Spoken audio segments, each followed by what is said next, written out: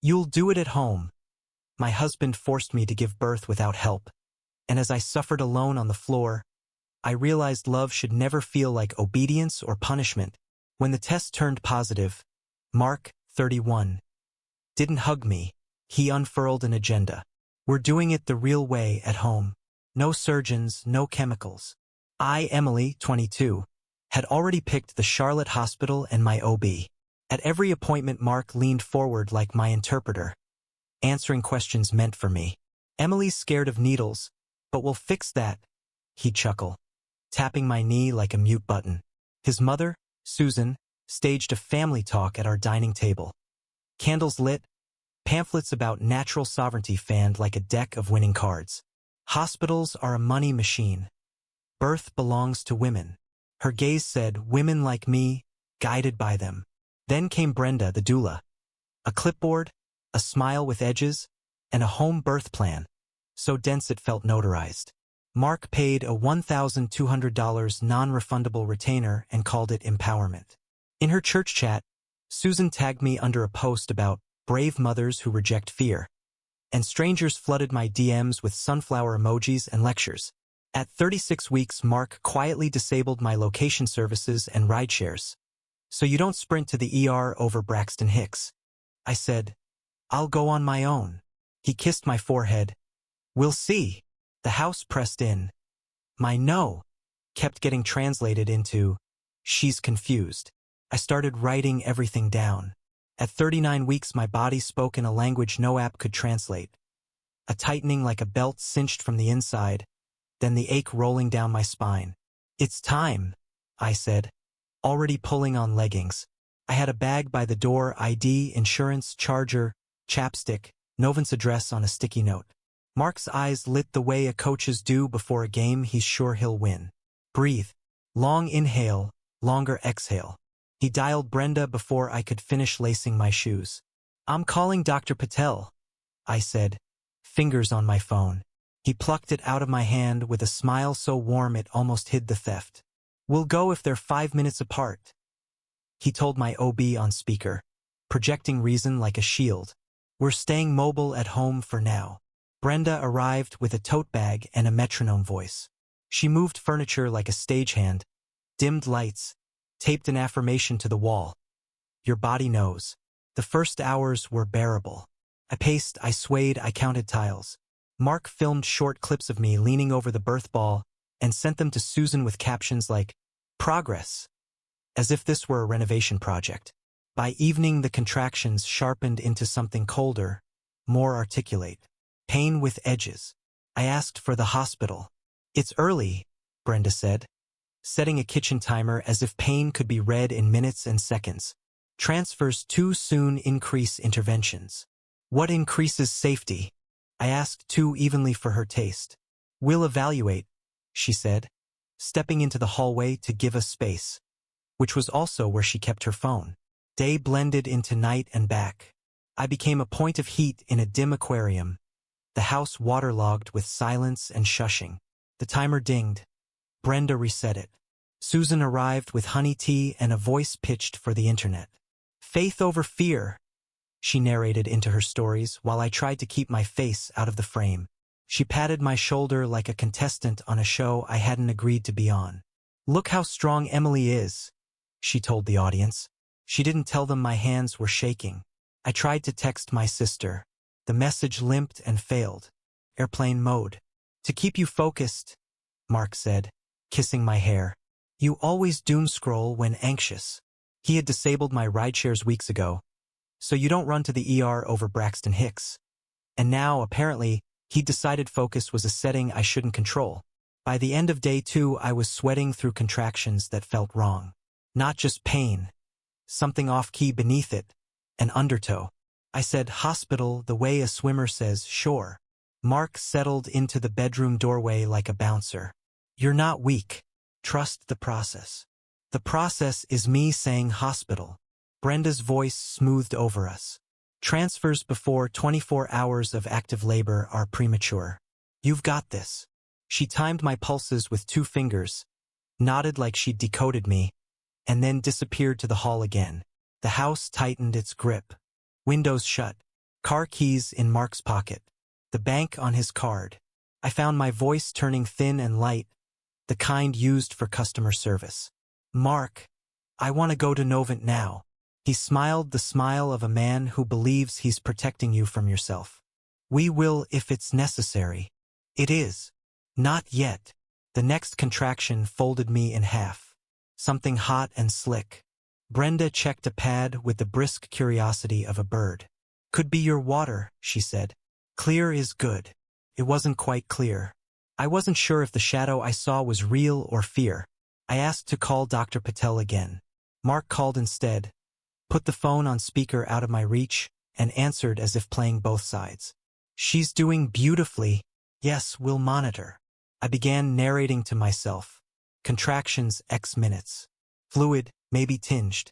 Movement, less frequent than yesterday. I said it out loud, steady as weather. These are signs I want evaluated. Brenda nodded as if I'd offered feedback on a Pilates session. We're listening to your intuition, she said.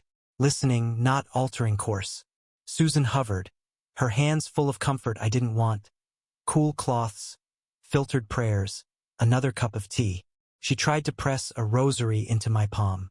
Felt like a receipt. By nightfall the house smelled like lavender and fear. I asked for an ambulance. Mark shook his head. Insurance nightmare, he said, as if spreadsheets were the deeper danger. We'll drive if needed. You have the car, I said. We share everything, he answered, which was the joke. Another wave, stronger, longer, aftershocks tapping down my thighs. I gripped the dresser and looked at myself in the mirror. A face I recognized, pupils wide, hair pasted to my neck, a small, precise fury surfacing under the pain like a coin in water. This is my body, I said to the reflection. This is my call. Write that in your journal, Susan murmured kindly, not hearing the verdict in it. Brenda suggested a bath. I lowered into the water and the relief was almost obscene. In that island of quiet, I calculated exits like a chessboard.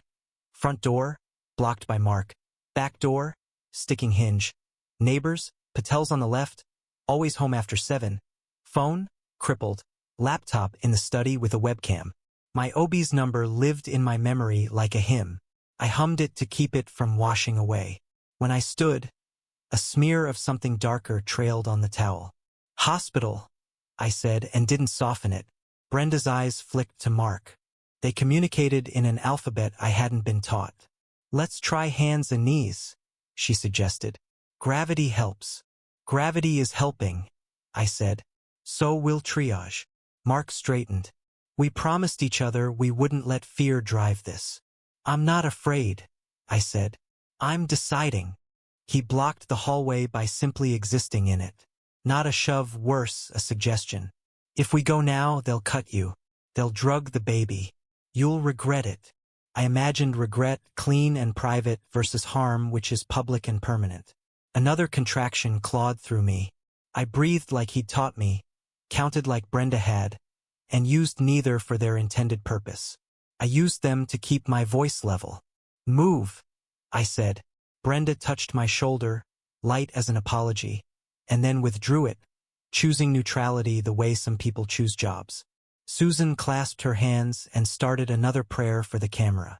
I stepped forward anyway, past the prayer, past the affirmation on the wall, past the timer's ding. Mark didn't move, but the corridor narrowed to a point behind his shoulder. The front door, the key hook, empty, and beyond that, night. The house was a cage with soft lighting. He offered one more compromise like a candy. Give it one more hour. Every hour is mine, I said. The next contraction doubled me and, from the floor, my vision found the baseboard gap I'd been meaning to fix for months. I thought, absurdly, of a locksmith's card I tucked into a cookbook after I locked myself out once. Blue ink, flour dust, left-hand drawer. When it passed, I crawled.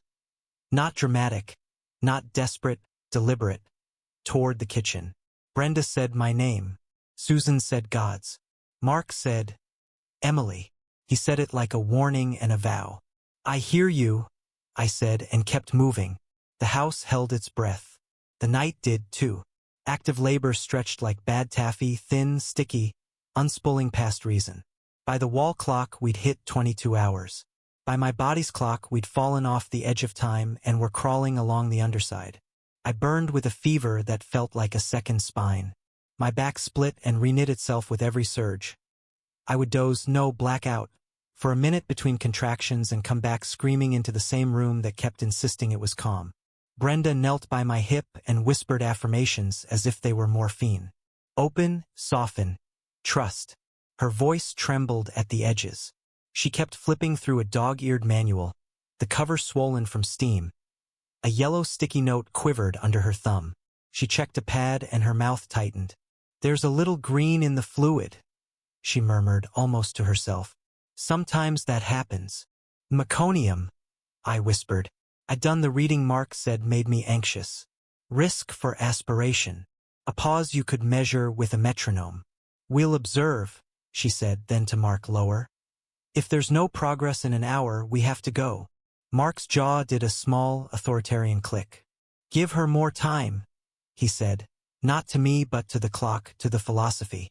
He stroked my hair like I was a skittish animal. "You're doing beautifully. Don't let fear steal this from you." It wasn't fear. It was math, duration, fever, fluid equations that added up to a hospital. I cried without sound at first, then with all of it. "Please," I said, shame rinsed away by pain. "Please." Brenda squeezed my hand and looked again at the manual, as if a new paragraph might appear that would make this noble. Susan hovered in the doorway with her phone lowered now, pious as a painting.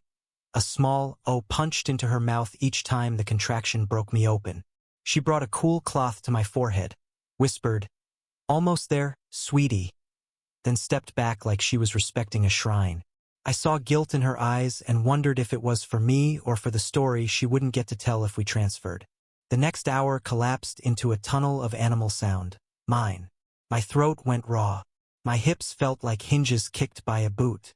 I lost the shape of English and communicated in negations. Shakes of the head, hands pushing air away. Then something shifted low, a pressure that wasn't a blade but a door. The room narrowed to the span of my body. Brenda's hands were suddenly decisive. Okay, she said, voice tight but steady. With the next one curl around her. That word pierced the steam.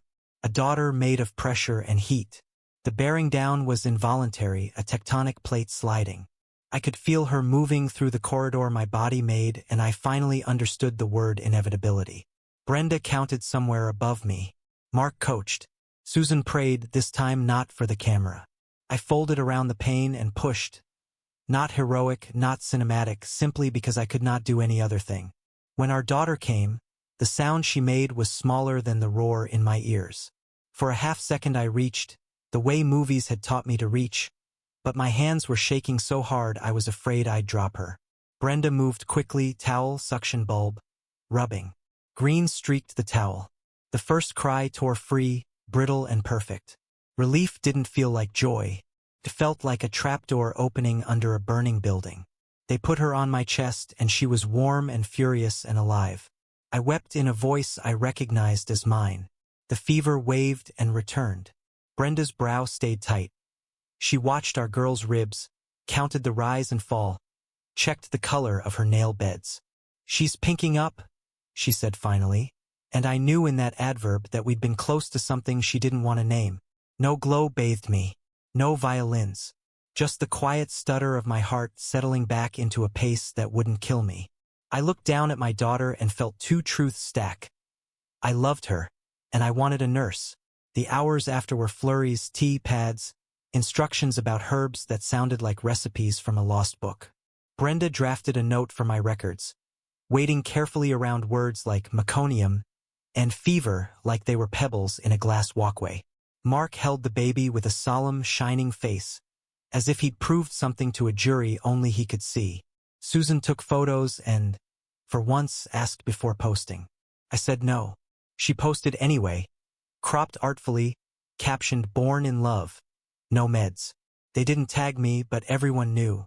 At my first postpartum visit, I sat on the crinkly paper with my daughter sleeping frog-legged on my chest. Dr. Patel opened the chart and then blinked. You delivered at home? The smile flattened. How long was active labor?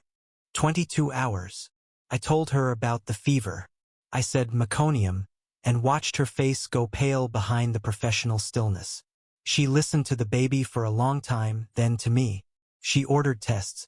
She spoke softly, which was worse than scolding. Emily, I wish I'd seen you sooner. Me too, I said, and it felt like the first normal sentence I'd spoken in days. At home I waited until the house was quiet. Baby down, Susan gone, Brenda packing her saintly tote. Mark sat at the edge of the bed, scrolling through congratulations like the manager of a winning team. I said, in the tone I'd used to read a grocery list, "You stole this birth from me." He didn't look up immediately. When he did, he wore that patient smirk he saved for my alleged dramatics. Mothers are strong. You did it without meds. That's something to be proud of. I'm proud of surviving conditions you designed, I said. That's different. Don't be ungrateful, he said. We brought her into the world at home. No strangers. No scalpels. Just us. Just you, I corrected. And it landed like a paper cut he pretended not to feel. Never again at home. He shrugged, eyes already back on his phone. We'll see. Something in me, tender and flayed and holy with newness, went very, very still. It wasn't a scream. It was a ledger line drawn with a ruler. I tucked our daughter into her bassinet, kissed her forehead, and sat in the chair by the window while the sun slid a thin blade of light across the floorboards. I listed facts in my head, spoken softly, like a bedtime story to myself. 22 hours. Fever documented. Green-tinged fluid. Doulas manual. Phone in airplane mode. Location services disabled. Car keys withheld. Videos sent to Susan. We'll see. In the church group chat, Susan's post bloomed. The comments piled up. Brave, pure, no meds. I didn't write back. I saved the screenshot. I saved others too. Timers, messages, clips where Brenda whispered, "If no progress we go," and Mark answered, jaw clenched, "Give her more time." Earlier, in a lucid pocket between contractions, I had tapped my watch and started recording. The mic had captured the house, lavender and fear, and the logic that crowded me to the edge. Nobody yelled. That was the awful part. It was all so quiet. "Stop dramatizing," Mark said again when I didn't respond. "You always make villains out of people who love you." "I'm done making anything out of anyone," I said, and stood to wash my hands. The mirror offered me a stranger with my eyes and a posture I recognized from before him. Straight, unbargaining. Behind me, my daughter breathed in tiny, defiant stitches. Ahead of me, the window reflected the sky turning blue as a bruise healing. I wrote it all down. Timelines, quotes, screenshots, and posted anonymously on a women's forum at 2:11 a.m., while my daughter's breath stitched the dark. I didn't call anyone a villain. I described events like weather. Replies landed fast and bright. A meteor shower of strangers. "This is coercion. Grab birth certificates, insurance cards, and go." One devout mom messaged me a screenshot from Susan's church chat. Susan giving updates and floating a plan to cure Emily's panic with exposure. The thread's tone was clappy and brave until it wasn't. A woman with a NICU story used words like hypoxia and seconds matter. I felt something tilt inside me that did not tilt back. I tried to defend Mark in the comments, habit, reflex. He's not a monster, just stubborn. The forum women were gentle and relentless. Stubborn about control. He disabled your phone. He blocked medical care. A puzzle clicked with the soft horror of a lock you hadn't noticed until it opened. He'd urged me to take time off from Greensboro College one semester short. To nest, promising we'd revisit later. He'd cleaned up my contacts with my sister after we argued about home birth. So you're not flooded with negativity. He'd moved our joint savings for maternity leave management. Each thing on its own could be framed as care. Together, they drew a map. Brenda slipped into my DMs like a draft under a door. "I saw your post. If you start defaming me, I'll sue. She added a paragraph about privacy and false statements. Her signature included 3 credentials and a butterfly. I replied with one sentence, "I have recordings." She didn't answer. Later, another message, "If you publish my name, my attorney will contact you." I did not publish her name. I saved the threat. At my postpartum checkup, Dr. Patel sat with a stillness that made me feel seen and also audited. She measured my blood pressure, checked the stitches Brenda had patched, and then folded her hands. "Emily, I can't change what happened. I can only take care of now. Please, let's discuss contraception and a safety plan." The word safety landed without drama. It was a tool, not a siren. I agreed to the shot. She slid a laminated card across the table with hotlines, local clinics, legal aid, shelters with family rooms. "Put this in a book he doesn't read," she said, not unkindly. "And if you feel dizzy again, if you get a headache that won't quit, if the baby's breathing seems off, you come in. With or without his permission." I tucked the card into the back pocket of the diaper bag, behind wipes and a spare onesie with clouds. On the way out, I paused by the pharmacy. I bought a cheap flip phone, paid cash, programmed 3 numbers, my OB, my sister, the hotline, and stashed it under the liner of the stroller basket. It made me feel superstitious and strong. At home, Mark had set up a ring light and an arrangement of soft blankets on the couch. "We're restoring our image," he said. "People are gossiping after Mom's post. We should do a How We Overcame Fear video. You can talk about your transformation." "My transformation?" I asked, rocking the baby. "From anxious to empowered," he said, positioning the camera at flattering height. "It'll help other women." "It'll help you," I said. "I'm not participating." He pinched the bridge of his nose. "You can't keep punishing me because you're embarrassed about how loud you were. This house doesn't need more shame." "I'm not ashamed," I said, and felt the truth of it light up my ribs. "You are." He filmed anyway. Angles of his hands swaddling. A voiceover about trusting the process. He posted. It flopped. Comments asked where I was. He told me it was my fault for refusing to be part of the healing. On Sunday, we went to church because not going would be a headline in Susan's chat. Our daughter wore a cotton dress with tiny strawberries. I held her like a shield and a promise. During announcements, the pastor smiled in Susan's direction and joked about women who love hospitals a little too much. The room chuckled. It wasn't a dagger. It was a paper cut on a raw place. I stood there vibrating while Mark squeezed my shoulder like we were a team. On the way out, people said, "So brave" to him and "How are you feeling" to me without waiting for the answer. That afternoon, the forum post found its way into local groups. The anonymity held, but the circumstances rang bells.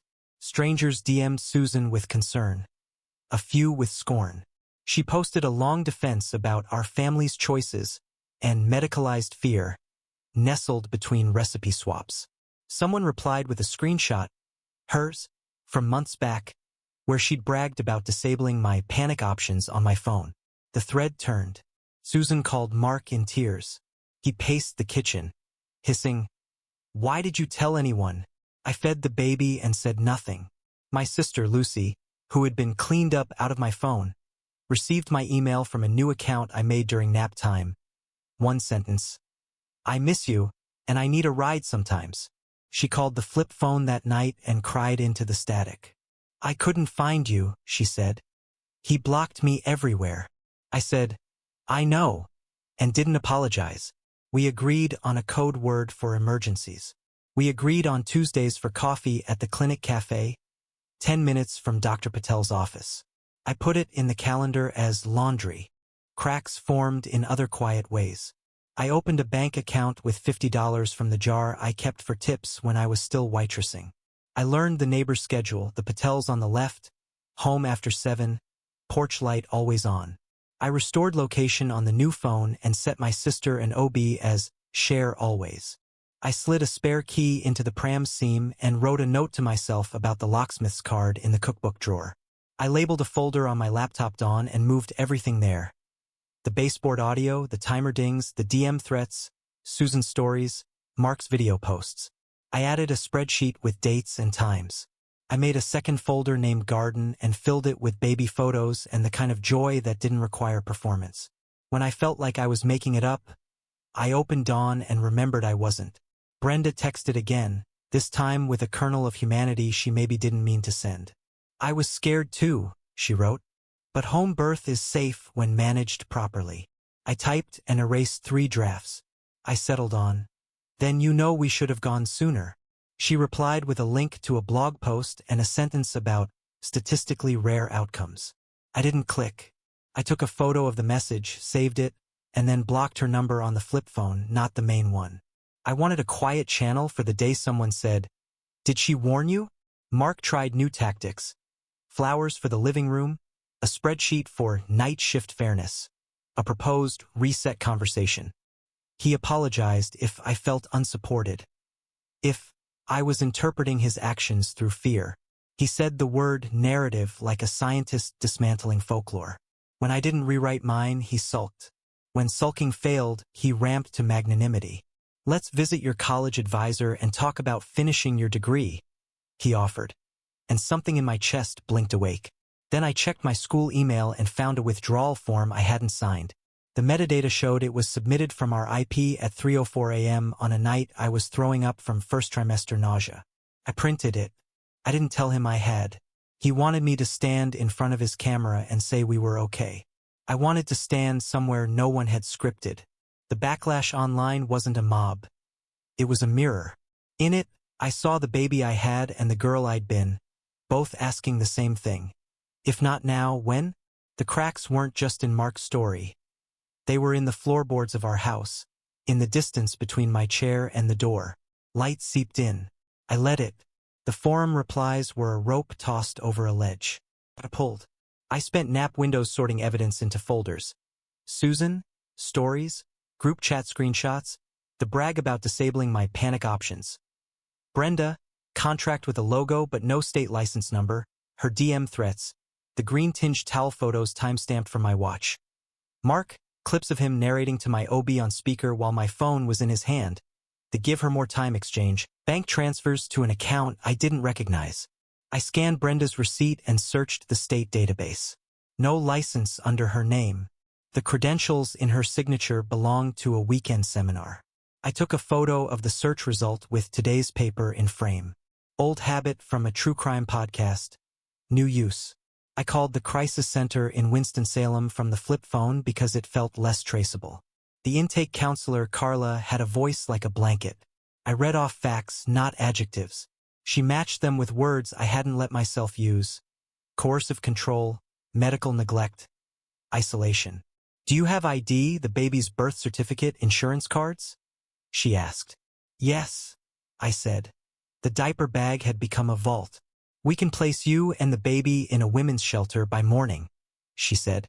"If you want, we'll attach you to an attorney who handles emergency custody and protective orders."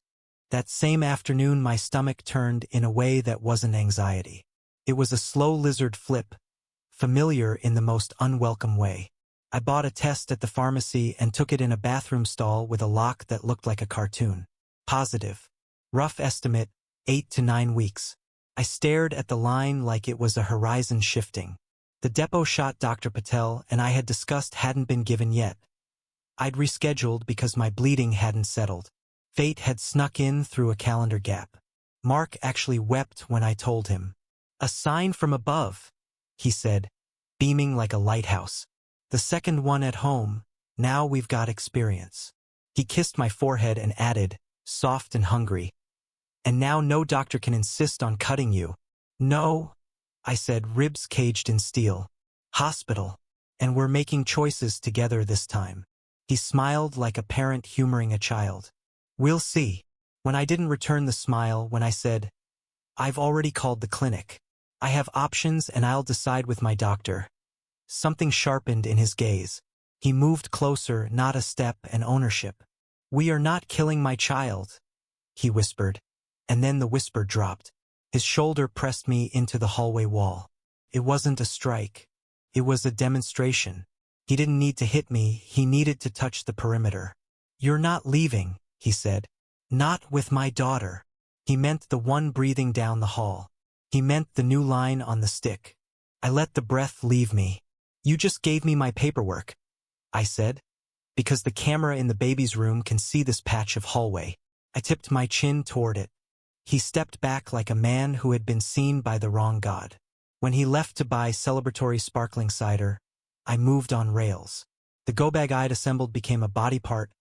IDs, birth certificate, insurance cards, spare onesies, the flip phone, the hotline card, cash from the tip jar, a copy of the unsigned withdrawal form from my college, Dawn on a USB in a contact lens case.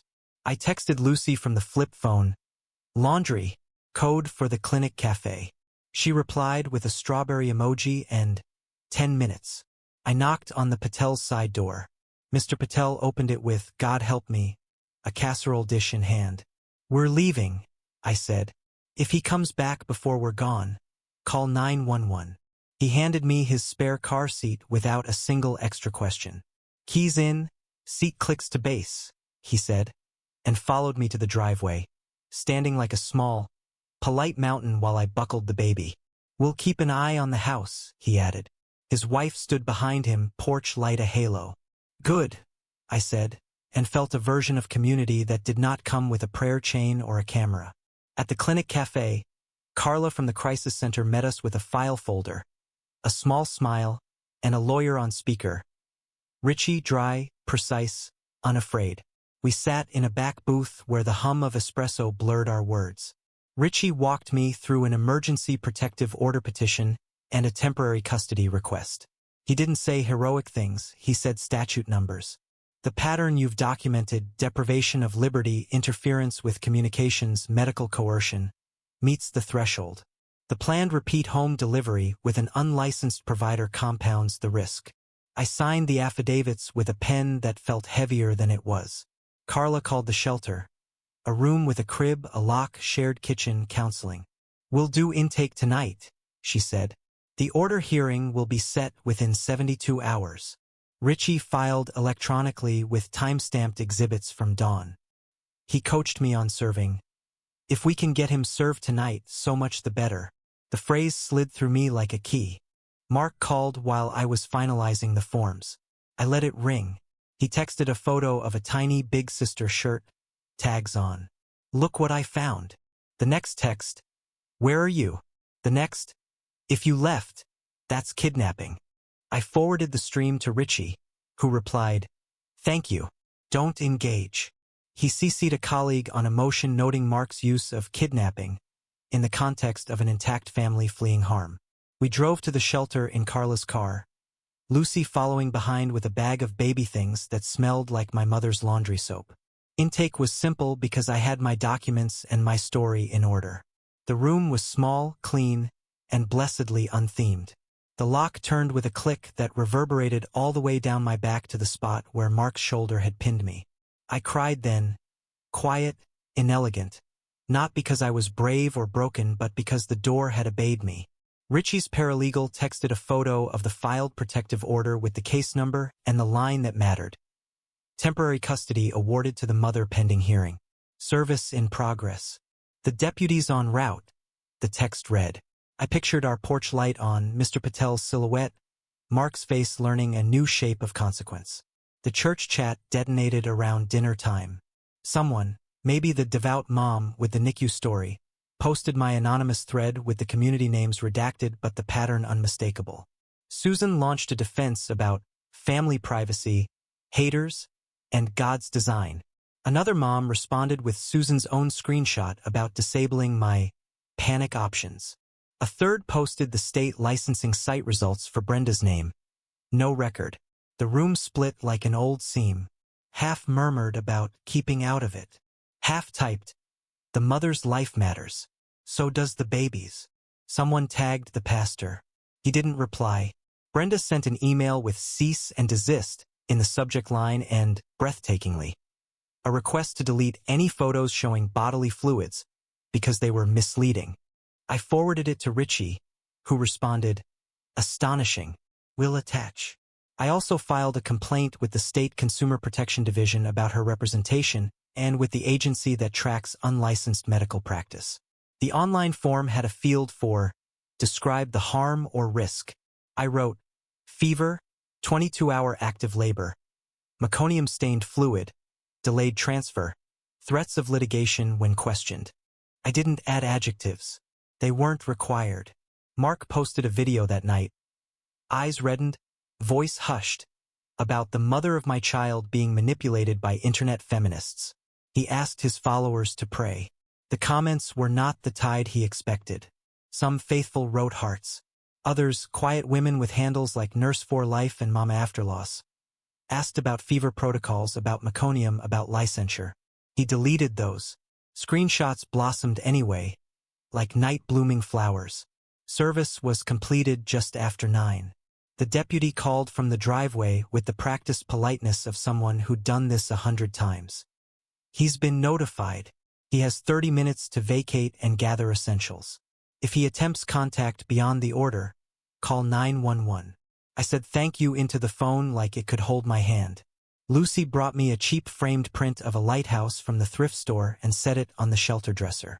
So you have something to look at that isn't a beige wall, she said. I laughed, the first clean sound in days. Susan messaged the flip phone number with an opening salvo of God verses and an ending threat of community attorneys. I didn't reply. Richie did on letterhead to her actual email, not the number she shouldn't have had. All communications to Ms. Carter will go through counsel, he wrote. Any attempt to interfere with the court's temporary custody order will be addressed as contempt. That night, in the shelter's hum, a microwave, a distant lullaby, a mother crying into a pillow. I lay on my side and listened to my daughter breathe. I put my palm on my belly and let myself feel nothing and everything. I didn't decide anything about the new pregnancy that night. I decided this, nobody would decide for me. In the morning, Carla would set up counseling. Richie would draft motions. Dr. Patel would see me and not be surprised.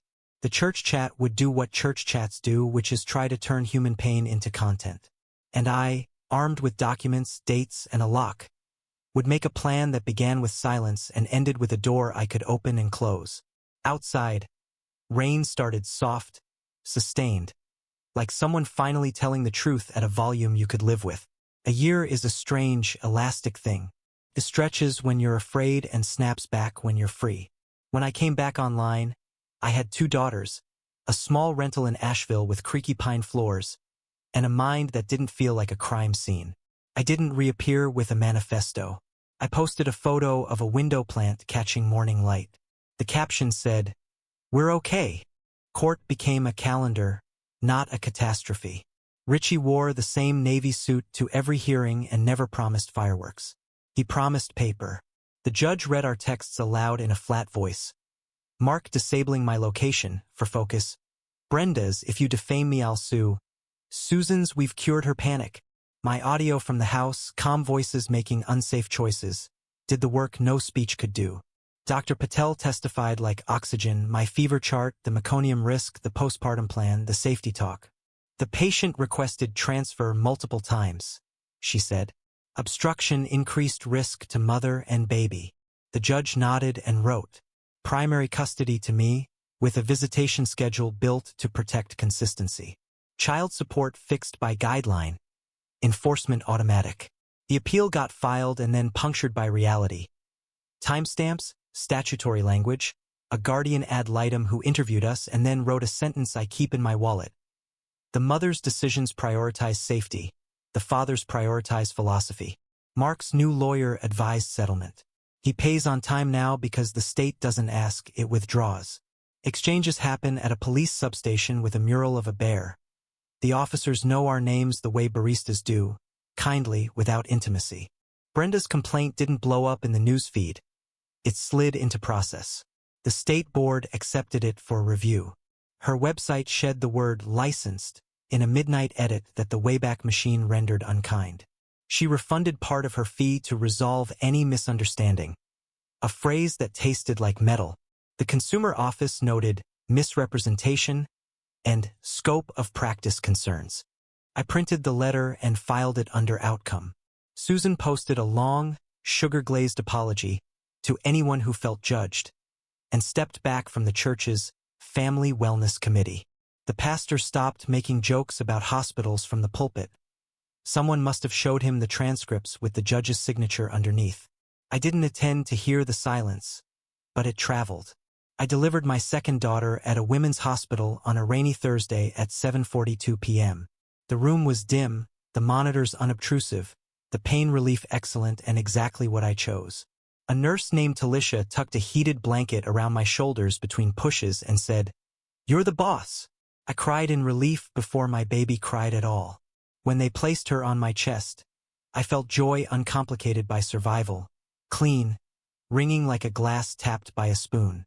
A pediatrician checked her lungs and winked at me. "Beautiful air," he said. "No one filmed it. The only record is in my chart and in my bones." After discharge, Dr. Patel hugged me in the hall where the scuffed paint always will be scuffed. "You saved yourself," she said, and I shook my head. Women saved me. The nurse with the NICU story, the intake voice at the crisis center, my sister with the strawberry emoji, the neighbor with a spare car seat, the judge who read in monotone, the attorney who believed paper is a kind of mercy. Belief is a raft. You don't have to swim the whole way. Sometimes you just have to climb on and be carried to shore. We built a life that looks simple from the sidewalk. Mornings begin with oatmeal and a playlist called Quiet. I log into my online classes and finish the credits I abandoned under the word nesting. In the afternoons I work at the same clinic that sheltered me. Front desk, forms, coffee, a stash of diapers behind the counter. I keep a stack of hotline cards in a ceramic bowl and pretend it's an accident that the bowl sits at eye level. Sometimes a young woman's hand hovers and drops. Sometimes she pockets one like it's contraband. I don't watch her go. I make a note in my head to breathe extra easy that hour. Money is honest now. Comes in predictable amounts in my account with my name on it. I learned to love the budget spreadsheet I used to fear. On a good week, I slide $20 into an envelope labeled future and don't tell anyone. Because nobody needs to. Lucy babysits on Thursdays while I take a night class. The girls fall asleep to the same lullaby out of sync, like two clocks in different rooms keeping faith with time in their own way. Occasionally I see people from the old church at the store, frozen between the yogurt and the eggs, recognizing me and then their own discomfort. Some look away. Some come close, eyes glossy with the promise of apology. I don't need it, but I let them speak if they need to. "We didn't know," one woman whispered. "Now you do," I said, and we both nodded at something invisible and binding. Knowledge is a kind of custody. Mark sends occasional emails through the parenting app, sterile and logged. He tried once to slip a philosophy back into the space where logistics live, suggested a natural health weekend during his time. I replied with the clause from the order about medical decision-making. Me. He didn't push. Maybe he's learning that resistance has a cost. Maybe he's tired. I don't build a story about his inner life anymore. I hold the outer facts and move around them like furniture. The plant in our window has new leaves. I named it Mercy as a joke and then as a truth. On the shelf above it is a small box. Hospital bracelets, a court copy of the custody order blacked out to the parts that matter, the refund check stub, my student ID with a photo where I look like a woman who has slept. Some nights, after dishes and baths and the endless epics of locating tiny socks, I open the box, touch each artifact, then close it like a book you don't need to reread to remember. If anyone tells you, give birth at home, don't be weak. Remember this. Weakness is letting someone else's control matter more than your life. Strength is boring. Documents filed on time, doors that lock, alarms set, rides arranged, shots scheduled, a nurse's name remembered, a lawyer's email saved. Strength is choosing a hospital bed with rails and a call button and an anesthesiologist who explains things twice if you ask. Strength is naming what happened without ornament and living forward anyway. I chose the hospital, the boundaries, and the law. The second birth belonged to me not because it was natural, but because it was chosen. Now, at bedtime, when the apartment goes soft and the girls settle like notes at the end of a song, the final sound is not a voice insisting I trust a process that erases me. It is the hush of two steady breaths and, underneath, the quiet click of a door I can open and close.